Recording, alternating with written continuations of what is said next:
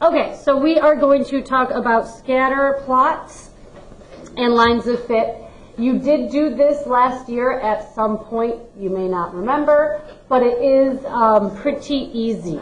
So a scatter plot is just a graph that shows a relationship between two data sets. Essentially, the scatter plots look like a bunch of random points plotted on a coordinate plane x, y. Generally, they pretty much stay within the first quadrant.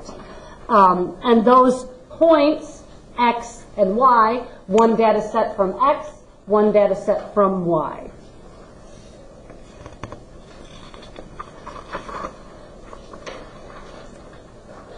So this graph up here in the upper right corner, that is an example of a scatter plot. It is showing the relationship between the amounts of sugar in grams on the x-axis and the number of calories along the y-axis in 10 different smoothies that they measured. So there are 10 points here to represent the 10 smoothies, sugar, and calories. So we want to know how many calories are in the smoothie that contains 56 grams of sugar. So we're going to have to go along our x-axis for sugar and find 56 right here and go up and find our point. So that is right there. And then we'll follow that over along the left-hand side to our y-axis to see how many calories are in it. And there will be, 270 calories.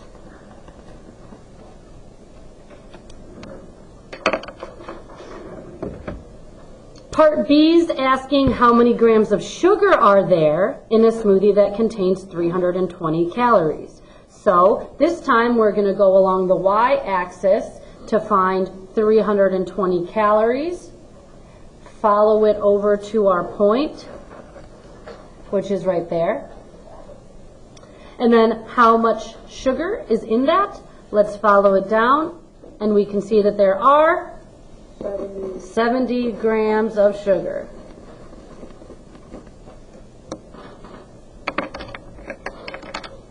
Why does it keep doing that? And then what tends to happen to the number of calories as the number of grams of sugar increases? Well, if we're looking at here, look at your points, and as we're going up in our sugar, what's happening to our calories? They're also going up. So we can say that as the number of calories increases, the amount of sugar also increases. And that's going to be important for the next thing that we're going to talk about, which is called correlations.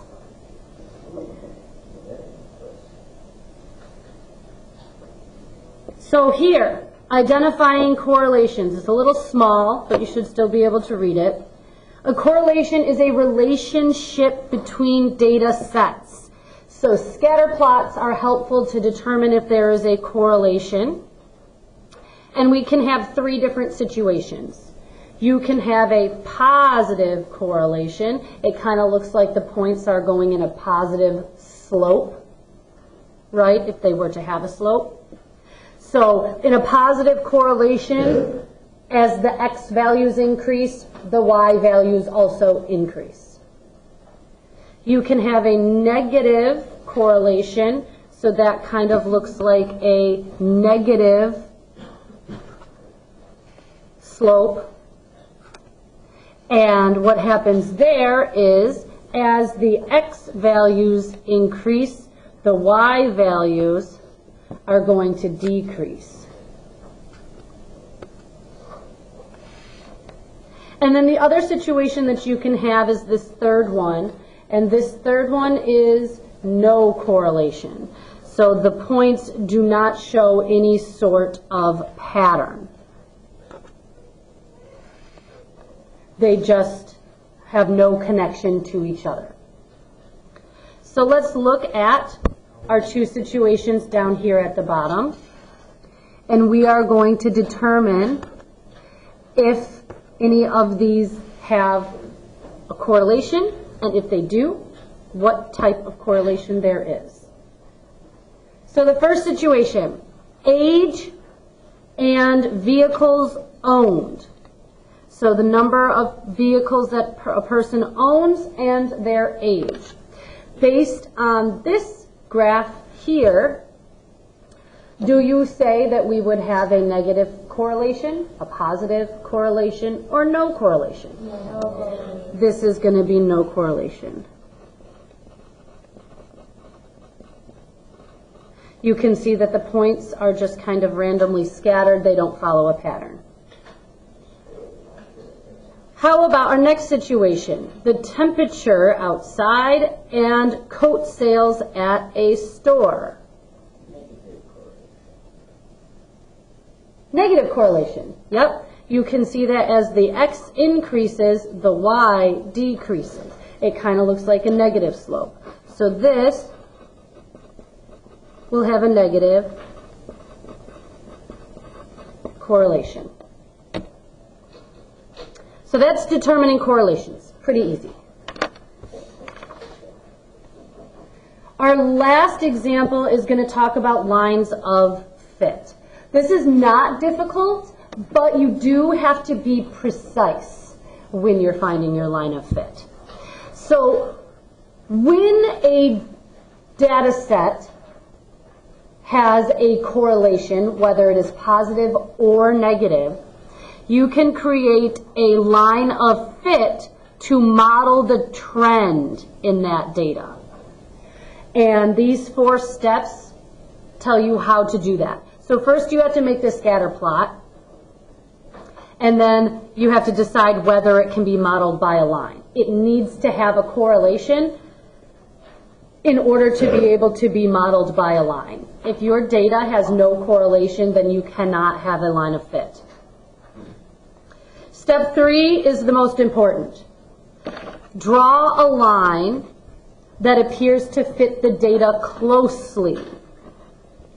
There should be approximately as many points above the line as below it. And I'm also going to add another stipulation that kind of piggybacks off of it modeling the data closely. It has to follow the data trend, right? It is more important that the line that you draw follows the overall trend in data than it is that there are exactly as many points above it or below it, right? If I go back to my correlation graphs here, I can do this, and there's about as many points above as below, but is this line going to be a good model for that data? No.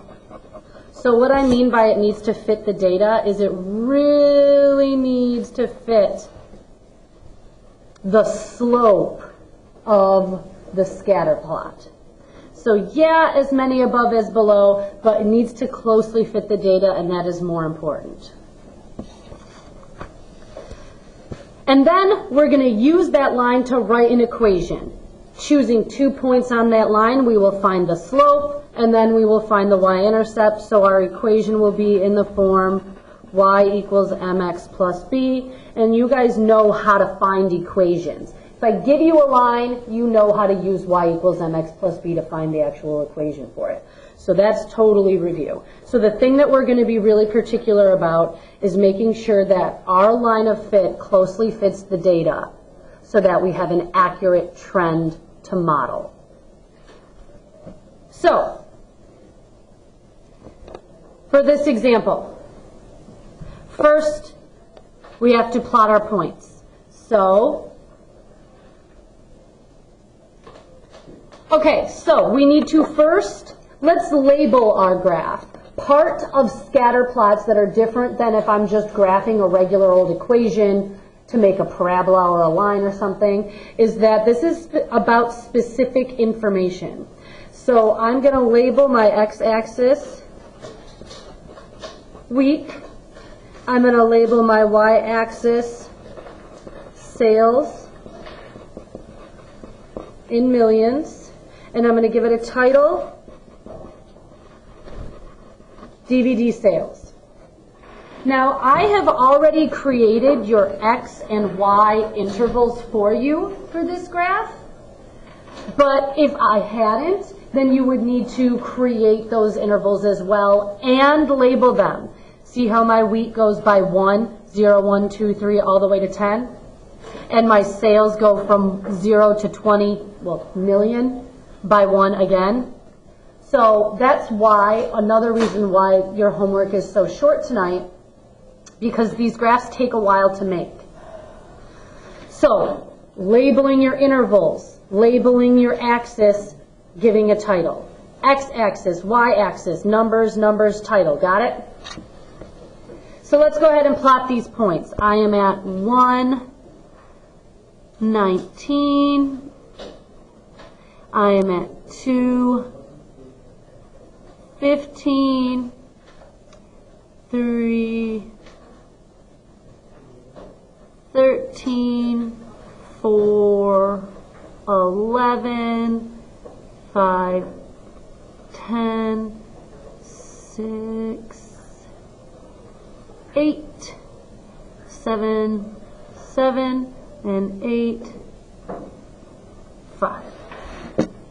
So, step 2, determine if we are able to have a line of fit here. Is there a correlation between this data? Yes. Yes. What type of correlation do we have? Negative. Negative. Okay. Now, step 3 is the hardest. I like to use the see-through rulers because it allows me to play around with it a little bit more. And I'm going to put it on my data, and I'm going to make sure that I'm choosing the correct angle, right? I don't want to just do here, here, here. I want to really closely model the data, and I want to make sure that essentially there are as many points above the line as below. That is not as important, though, as modeling, fitting the data correctly with like a slope. So I'm just going to keep moving it and playing around until I see something that makes me happy.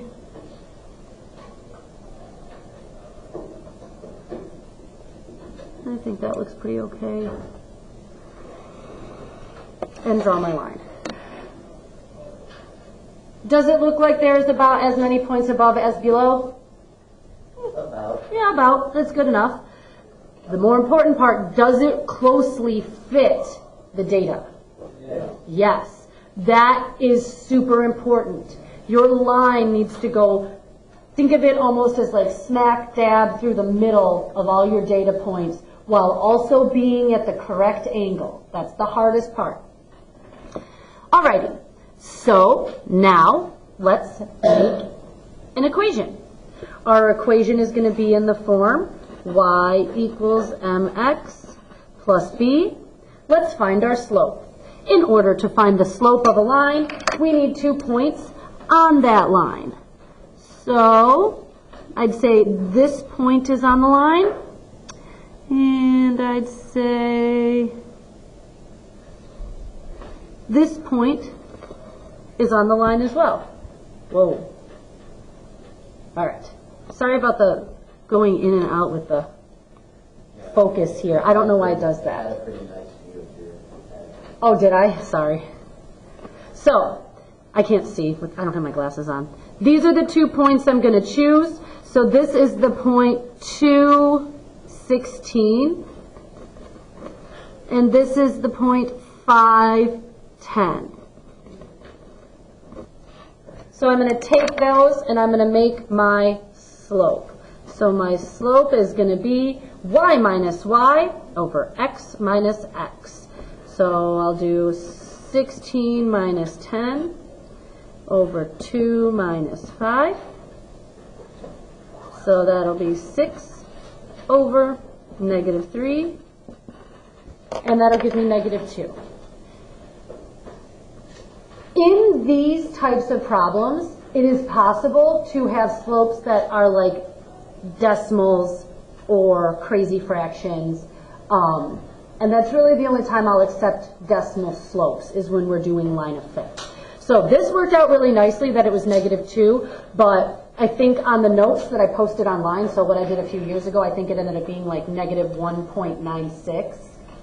Close enough, good enough. But it'll change. You're all going to have different answers. In the back of your textbook, when you check your homework, it's going to give you a sample answer.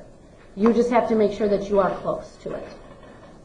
So my equation so far is y equals -2x plus b. We know how to find b. We could use substitution. Plug one of the points in, one of these 2 points in for x, y, and solve for b. Or if you are lucky enough that your line of fit crosses the y-axis at a specific point, you may use that point. My line of fit looks like it crosses perfectly at 20. This is the point 0, 20. So it looks like my b value is 20. So I'm going to go ahead and use that and make my equation y is equal to -2x plus 20, and there's my line of fit for this data. But you guys remember how to do the substitution, right? So like x, y, if we needed to do it like that, and we could say, so y is 10, so 10 is equal to -2 times x, which is 5, plus b, so we're looking for b. So I'm solving for b, and I still get 20, right, using my substitution method.